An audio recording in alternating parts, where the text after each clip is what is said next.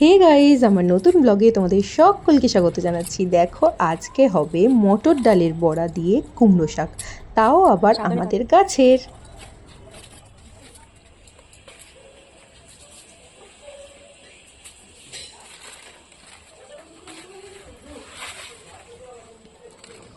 মটর ডালের বড়া দিয়ে কুমড়ো শাক আমার বরাবরই খুবই ভালো লাগে, আর এই রেসিপিটা সব থেকে ভালো করে পাশের বাড়ির বড় কাকিমা।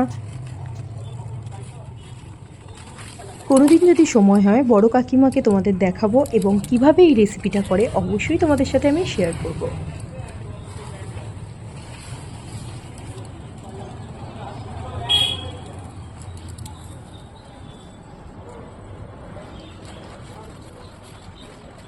তোমরা কারা কারা মটর ডালের বড়া দিয়ে কুমড়ো শাক খেতে ভালোবাসো আমাকে কমেন্ট করে জানাতে ভুলো না কিন্তু। সো দেখা হচ্ছে পরের ভিডিওতে, এখনকার জন্য টাটা।